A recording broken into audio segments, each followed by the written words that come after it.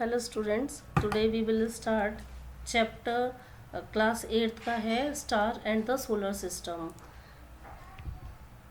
तो इस वाले चैप्टर में स्टार्टिंग करेंगे सेलेस्टियल ऑब्जेक्ट। सेलेस्टियल ऑब्जेक्ट देखो क्या होते हैं, वो ऑब्जेक्ट जैसे कि स्टार्स हो, द प्लैनेट हो गया, मून हो गया and the many other object in the sky are called celestial object, जो स्काई में प्रेजेंट होते हैं, चाहे वो स्टार्स हो, प्लैनेट्स हो, मून हो या जितने भी ऑब्जेक्ट हैं, these all are called celestial object.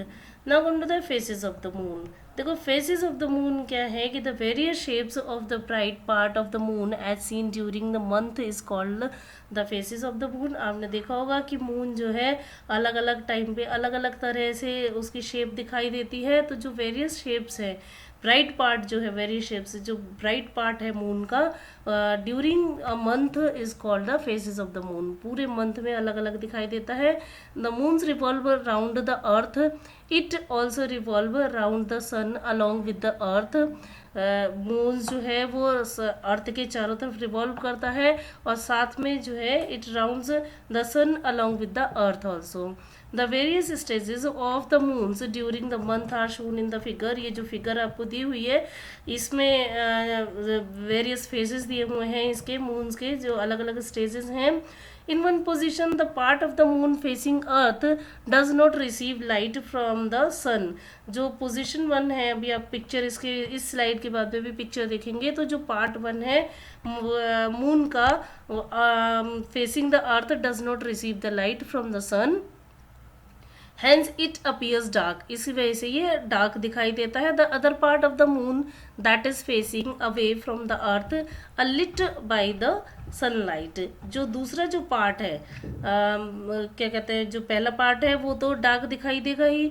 जो अदर पार्ट है मून का that is facing away from the earth is lit by the sunlight. This position of the moon when it appears dark on the earth is known as new moon. Clear? In position 2, 3 and 4 we see the moons as not in the full disk but as a crescent. Position 2 of the moon is known as the crescent moon. आप next slide में ये सारी picture देखेंगे। Position 3 जो है as the first quarter and the position 4 as the Gibbs.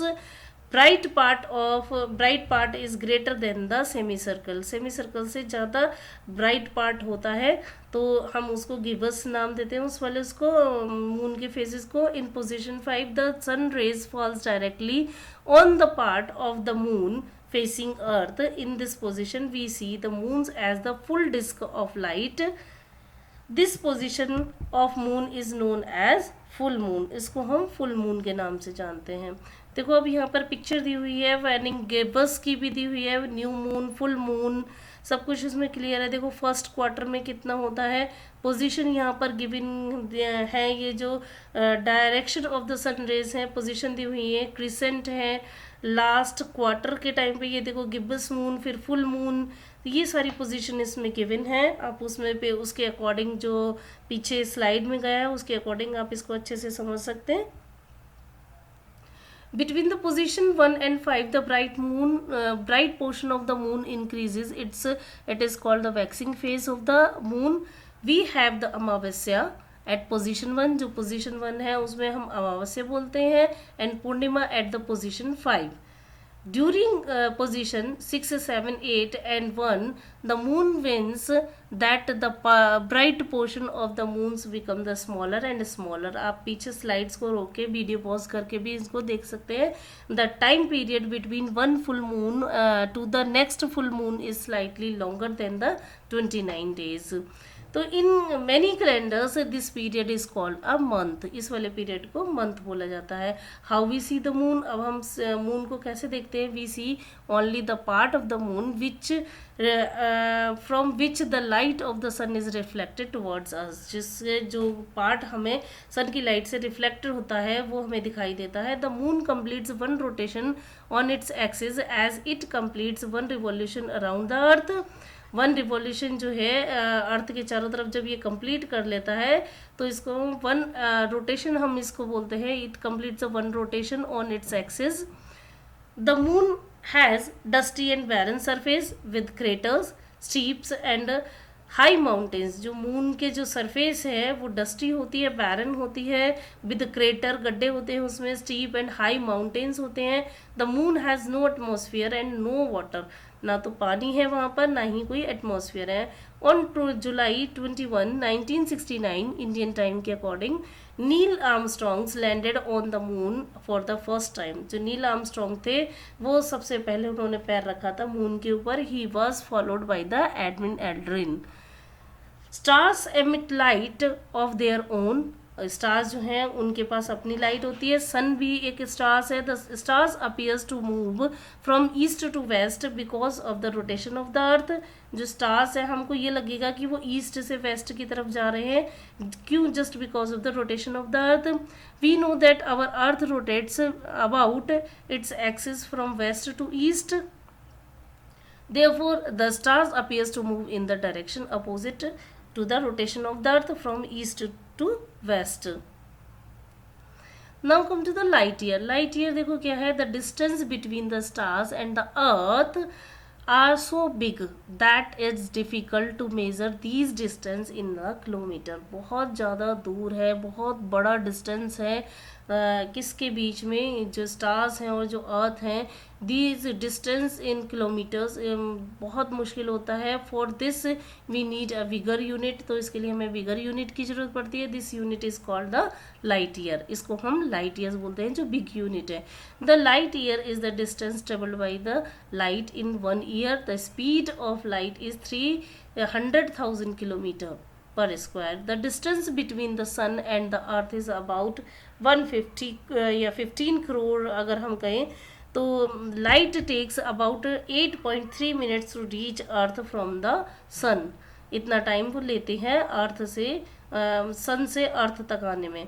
Now come to the constellation. Constellation देखो क्या होते हैं, the stars forming a group. आप पिक्चर में देखो, that has recognisable shape of the animals, human beings और other object is called constellation. Constellation हम उसको बोलते हैं जो स्टार्स जो होते हैं वो एक ग्रुप बना लेते हैं, ग्रुप के टाइप में दिखते हैं, या फिर कोई रिकॉग्नाइजेबल शेप होती है एनिमल्स की, ह्यूमन बीइंग्स की, या कोई भी अदर ऑब्जेक्ट, तो उसको हम कॉन्सलेशन बोलते हैं। These constellations appear to move from east to west. The shape of the constellation seen in the sky always remain the same, बिल्कुल सेम रहती हैं उनकी shape. Each constellation has given the name of an animal or object with it is resemble. Some of the famous constellation देखो कौन कौन से हैं। Ursa major है, क्लियर, तो it can be seen during the summer time in the early part of the night. बिल्कुल summer time में जो है वो हमें ये दिख जाएगा जब नाइट होने वाली होती है। It is known as Saptarishi, Ursa Major को बोलते हैं। ग्रेट बियर और big dippers, the name big dippers has been derived from the words dipper. Dipper was used in the olden days for the drinking water. Drinking water में देखो picture में show किया है जैसे, तो बिल्कुल उसी तरह से ये दिखाई देता है। Ursa Major consist of a group of 7 stars. 3 stars appear from to form the handle of the dipper and the 4 stars from its bowl. बिल्कुल ऐसा लगता है जैसे कि बॉल की तरह से वो है और हैंडल होता है उसका, जैसे स्पून जो होती है। It appears to move from east to west in the sky. Now come to the pole star. अब पोल स्टार देखो क्या है, to locate the pole star आप पिक्चर में देख सकते हो। Look at the 2 stars at the end of the Ursa Major as shown, जो फिगर में शोन दिया हुआ है, किया हुआ है, तो उसमें आप जो 2 स्टार्स हैं उनकी तरफ देखो at the end of the Ursa Major. Imagine the straight line passing through those 2 stars. Extend the imaginary line towards the north direction. On this line you can locate the stars which is not too bright and around which there are no stars. It is the pole star. ये pole star है। Picture में देखो single star जो दिख रहा है तो इसको हम पोल स्टार बोलते हैं। The pole star always appear to remain at the same position in the sky. The stars of the Ursa Major is appear to revolve around the pole star. जो उर्सा मेजर के जो stars हैं वो ऐसा लगता है कि pole star के चारों तरफ रिवॉल्व कर रहे हैं। The pole star is not visible from the southern hemisphere. Pole star southern hemisphere में नहीं दिखाई देता।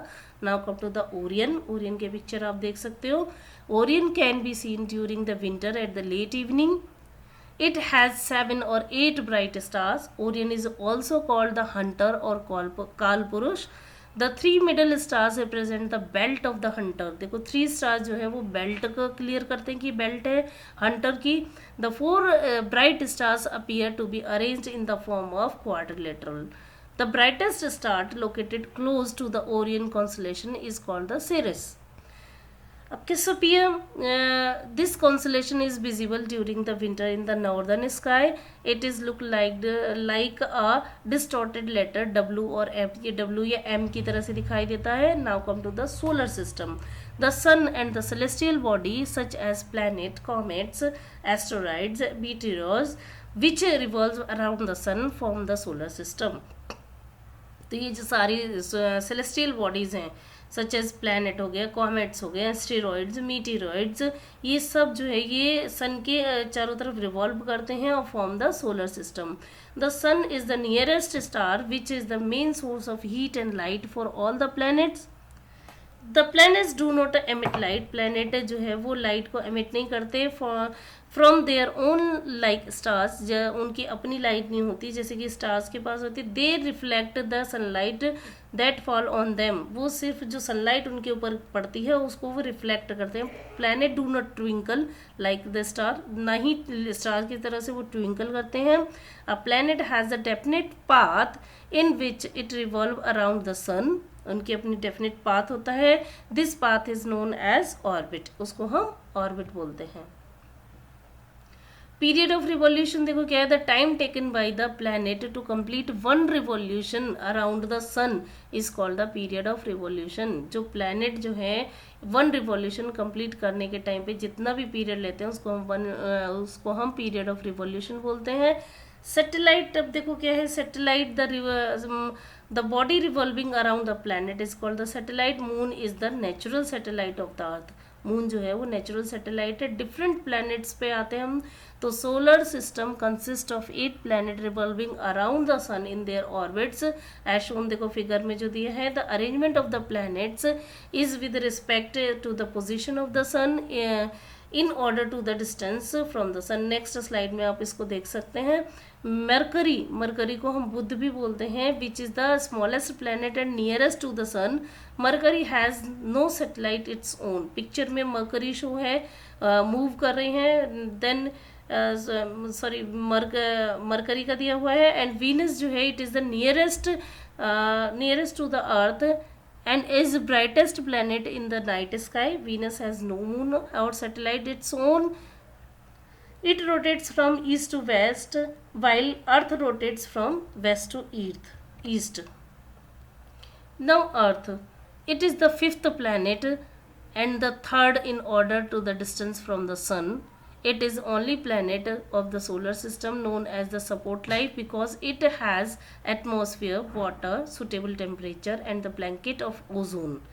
अर्थ के पास में इतनी सारी क्वालिटीज़ होती हैं. The earth has one natural satellite called the moon. Earth के पास में अपनी एक नेचुरल सैटेलाइट है जिसको हम मून भी कहते हैं. And the axis of the rotation of the earth is tilt to the plane of its is. The tilt is responsible for the change of the season of the earth. जो अर्थ अपनी जगह से थोड़ी सी tilted होती है तो उसकी वजह से सीजन भी बनते हैं. Now come to the Mars. Mars को हम मंगल भी बोलते हैं. पिक्चर में भी आप देख सकते हो कि मास जो है अर्थ 5th लार्जेस्ट प्लेनेट है और ऑर्डर में वैसे देखा जाए डिस्टेंस फ्रॉम द सन तो ये 3rd नंबर पे आती है. तो 3rd नंबर पे क्या है अर्थ है. उसके बाद में मार्स है. मार्स को देख सकते हो आप पिक्चर में. It is the first outside the orbit of the earth. It is also known as the red planet. It has 2 satellite. 2 इसकी सैटेलाइट्स होती हैं और रेड प्लैनेट के नाम से इसको जानते हैं. Next come to Jupiter. Jupiter को बृहस्पति भी बोला जाता है. It is the largest planet in the solar system. It has the large number of satellites. Moons बहुत सारे इसके पास होते हैं. Sir now come to the Saturn, शनि जिसको बोला जाता है, इसके चारों तरफ जो है रिंग्स होती हैं. It appears yellowish in colour, it has beautiful rings. Saturn has a large number of satellites. It is least dense among the planet. बहुत कम डेंस है जितने भी प्लैनेट हैं उससे ज़्यादा, और लार्ज नंबर ऑफ सैटेलाइट्स इसके पास होती हैं. येलोइश कलर में होता है और ब्यूटीफुल रिंग्स होती हैं इसके चारों तरफ. Next Uranus. यूरेनस को हम इंद्र के नाम से भी जानते हैं, like Uranus, like Venus. Uranus also rotate from east to west. It has highly tilted rotation axis, so it in its orbit motion Uranus appears to the roll on its side. Now come to the Neptune, Varun, जिसको हम वरुण भी कहते हैं. It is the outermost planet of the solar system. बिल्कुल outermost planet है solar system का. It has 2 moons. Now come to the asteroids. Asteroids देखो क्या है कि large number of small objects that revolve around the sun between the Mars and the Jupiter are called asteroids. Mars और Jupiter के बीच में सन के चारों तरफ और भी छोटे छोटे स्मॉल ऑब्जेक्ट जो हैं वो चक्कर लगाते हैं, उनको हम एस्टेरॉइड्स बोलते हैं. Now come to the comets. Comets देखो सबने देखा होगा, पिक्चर में आप देखो कि a comets appears as the bright head and with the long tail. Bright head होती है, लॉन्ग, जिसको हम टूटता हुआ तारा भी बोलते हैं. They revolve around the sun is the highly elliptical orbit. The tail of the comet is always directed away from the sun. Now meteoroids, meteors and meteoroids. Meteors देखो सेकंड नंबर पे picture given है, इस type के होते हैं. The sometimes we see the bright streaks in the light in the sky. एक तो हो गया कि ये जो टूटता हुआ तारा जिसको हम बोलते हैं. दूसरे एक बहुत ब्राइट स्ट्रीक जो है सेकंड नंबर की जो पिक्चर है आप उसको देखो तो उससे क्लियर हो जाएगा, उसको हम मीटियोर्स बोलते हैं. These are commonly known as shooting stars. इनको शूटिंग स्टार्स भी बोला जाता है. Although they are not the stars, लेकिन ये स्टार्स नहीं होते हैं. Actually these are the small object which glow due to the frictions when they enter to the earth atmosphere. ये स्टार्स नहीं होते, ये ग्लो करते हैं किसकी वजह से कि जब वो अर्थ के एटमोसफियर में एंटर होते हैं तो जो फ्रिक्शन फोर्स प्रोड्यूस होती है उसकी वजह से ये ग्लो करते हैं. These are called meteors. Meteors glow the evaporate quickly before reaching the Earth's surface. The bodies that reaches the Earth are called meteoroids. अब meteoroids क्या है कि जो meteors होते हैं glow and evaporate quickly, glow होता है और evaporate होते हैं before reaching to the Earth's surface. और सरफेस से पहुंचने से पहले तो the bodies that reach the Earth are called meteoroids. ना come to the artificial satellite. Artificial satellite देखो क्या होती हैं, ये वो होते हैं जो मैन मेड होते हैं एंड लॉन्च्ड फ्रॉम द अर्थ. इसको हम आर्टिफिशियल सैटेलाइट बोलते हैं. They revolve around the earth much closer then the moon. Moon से ज़्यादा पास में ये जो है ये रिवॉल्व करते हैं. Aryabhata was the first Indian satellite. Aryabhata जो था वो फर्स्ट इंडियन सैटेलाइट था. Artificial satellites are used for weather forecasting, education, long distance communication and remote sensing. बहुत सारी चीज़ों में ये यूज़ होती हैं artificial satellite. I think everything is clear to you now. Chapter clear हो गया होगा आपका.